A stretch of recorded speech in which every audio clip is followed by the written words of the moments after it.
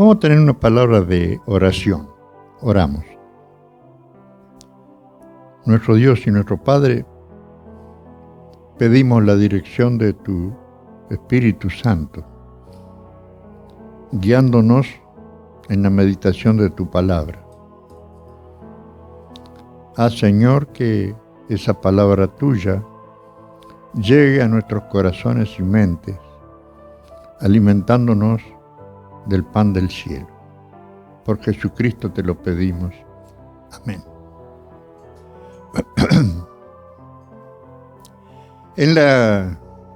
Otra vez les he hablado sobre la estructura del Evangelio de Mateo. Es interesante cómo va el relato que hace Mateo de las cosas que venían pasando. El capítulo 14 comienza contando la muerte de Juan el Bautista. Herodes lo manda a degollar. Y Jesús quedó muy impresionado cuando los discípulos le contaron acerca de ese acto, y Jesús busca retirarse al monte. Así dice el texto, al monte.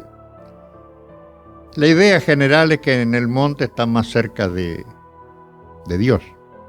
La cuestión es que Jesús busca retirarse y la gente le sigue. Y ahí es donde los discípulos le dicen a Jesús: mira, toda la gente que te ha seguido no tienen qué comer. Y allí viene la famosa alimentación de 5.000 personas, sin contar las mujeres y los niños. ¿Cuántos habrán sido? Y después viene este acto maravilloso también, donde Jesús, queriendo retirarse, manda a sus discípulos en el barco y él se va caminando sobre el agua.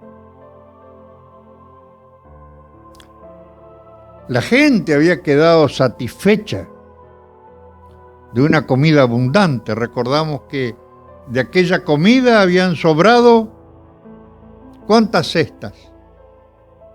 12 cestas habían sobrado de comida. Tal vez uno por cada discípulo. Siempre nos imaginamos los discípulos sacando pan y peces de la cesta y repartiendo, y les quedaba, siempre sobraba.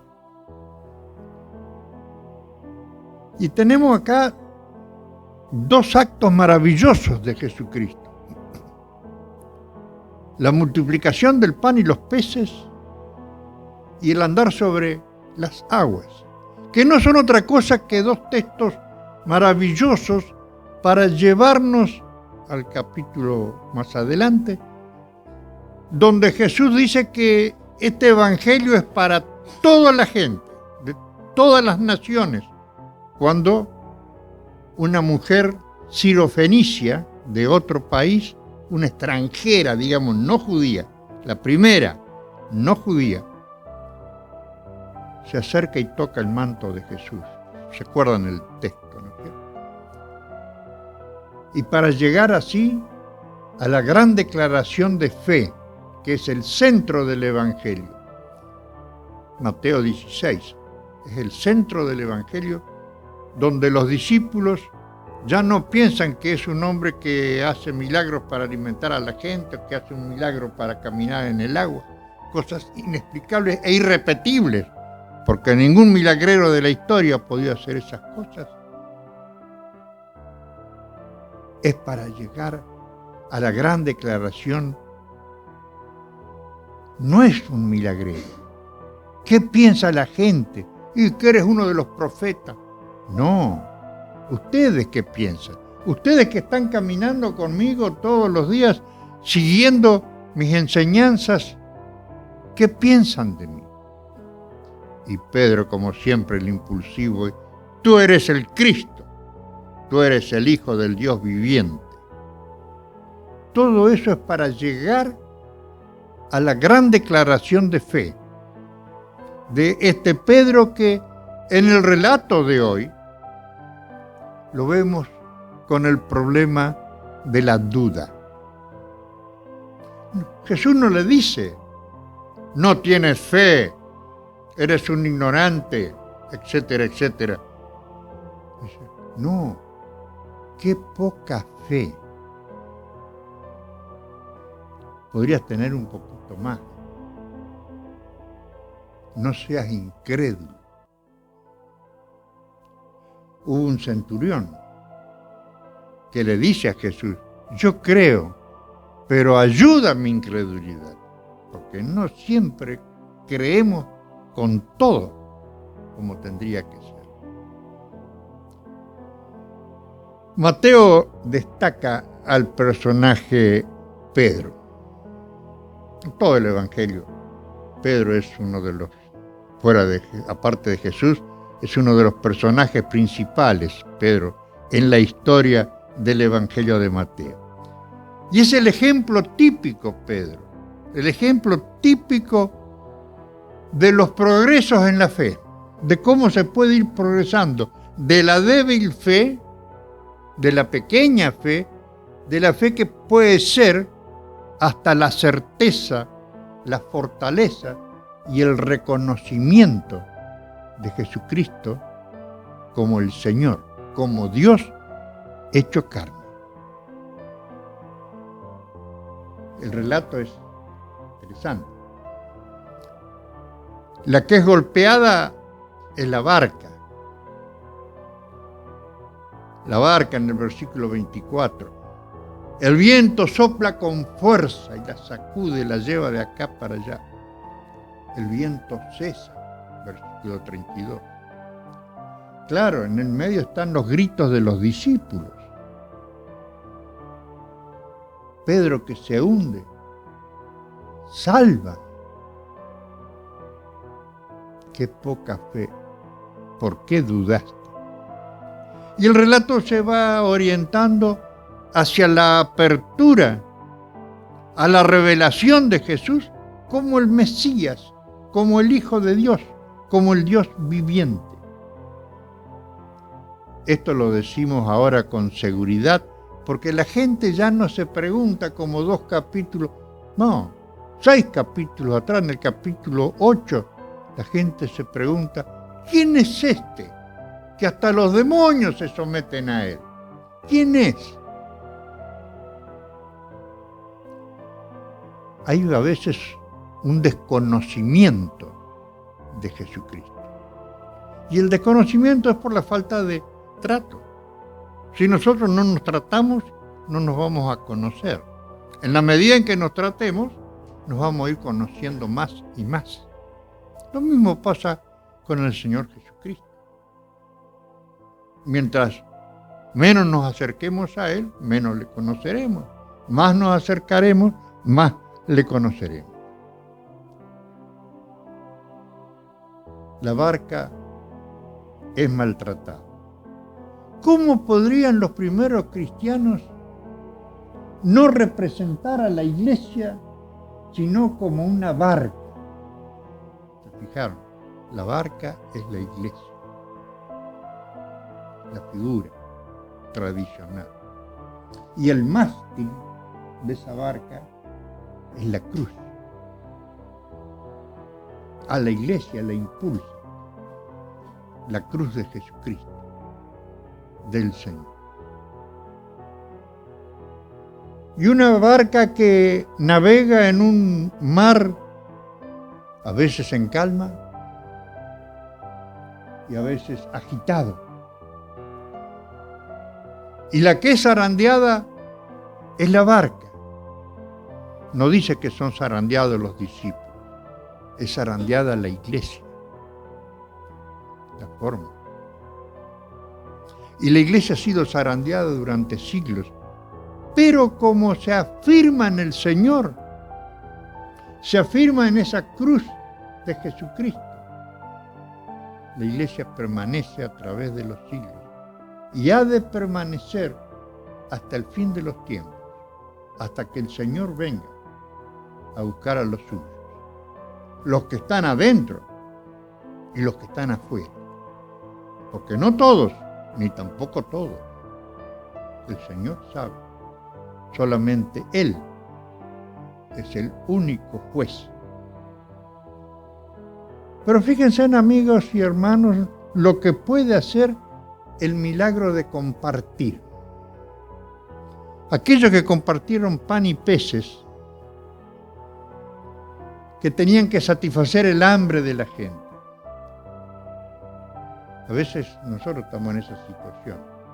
Tenemos que satisfacer a la gente. Y a veces decimos, no tenemos, somos pocos. Pero Jesús viene en ayuda y saca del apuro. Él puede hacer los milagros. Ayer, multiplicando dones. Ahora, salvando del mar peligroso, del mar que quiere engullirse a los navegantes. Es que los discípulos vivimos en ese medio. Vivimos divididos entre el temor, el terror, la incapacidad y la fe. A veces parece que queremos explotar de fe y a veces nos sentimos totalmente abatidos y abandonados. Como el mismo caso que leíamos del profeta Elías.